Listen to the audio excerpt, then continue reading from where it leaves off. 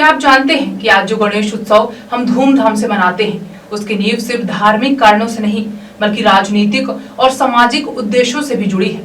1893 में लोकमान्य बाल गंगाधर तिलक ने सार्वजनिक गणेश उत्सव की शुरुआत की और इस त्योहार को सिर्फ भगवान गणेश की पूजा तक सीमित न रखकर उसे आजादी की लड़ाई का प्रतीक बना दिया। आज हम आपको बताएंगे कि आखिर तिलक ने गणेश उत्सव को ही क्यों चुना, कैसे ये पूरे भारत में राष्ट्रवाद की आग बनकर फैला और किस तरह आज भी इसकी गूंज सुनाई देती है।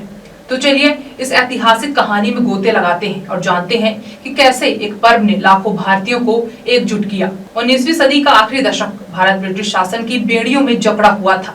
अंग्रेजों ने न सिर्फ हमारी आजादी छीनी थी बल्कि हमारी संस्कृति, परंपराओं और एकता को भी कमजोर करने की कोशिश की। ऐसे में पुणे में एक नौजवान वकील और समाज सुधारक उभरे, बाल गंगाधर तिलक, जिन्हें लोग प्यार से लोकमान्य कहते थे, यानी जनता का प्रिय। तिलक एक विद्वान पत्रकार और स्वतंत्रता सेनानी थी। उनकी लेखनी और विचार इतने तीक्ष्ण थे कि अंग्रेज भी उनसे खौफ खाते थे। तिलक ने देखा कि भारतीय समाज जाति, धर्म और क्षेत्र में बटा हुआ है। अंग्रेजों ने फूट डालो राज करो की नीति अपनाई थी। तिलक समझ गए थे कि अगर भारत को आजाद करना है तो सबसे पहले जनता को एक मंच पर लाना होगा। लेकिन सवाल था कैसे, क्योंकि ब्रिटिश सरकार ने सार्वजनिक सभाओं और संगठनों पर सख्त पाबंदियां लगा रखी थी।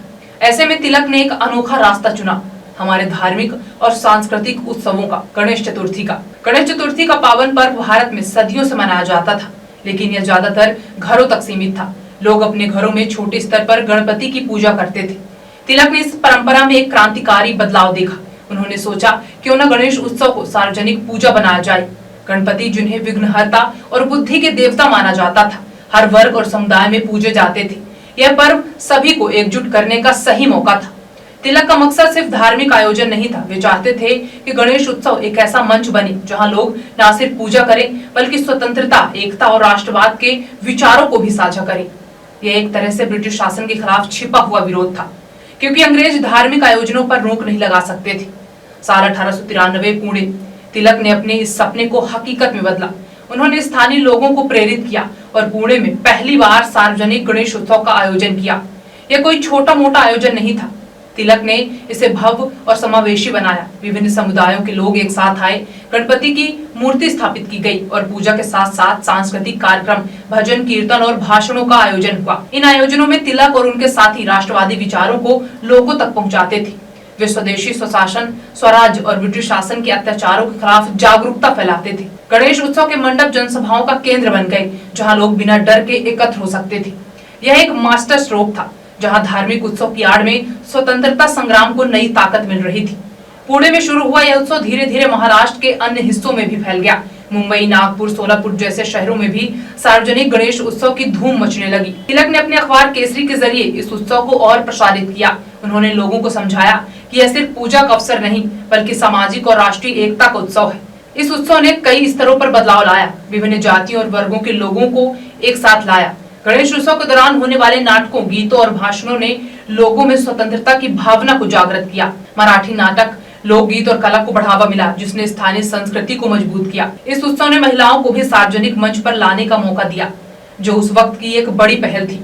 ब्रिटिश सरकार को जल्दी समझ आ गया कि यह उत्सव सिर्फ धार्मिक आयोजन नहीं बल्कि गणेश मंडपों में होने वाले भाषण और सांस्कृतिक कार्यक्रम अंग्रेजों के खिलाफ जनता को लामबंद कर रहे हैं।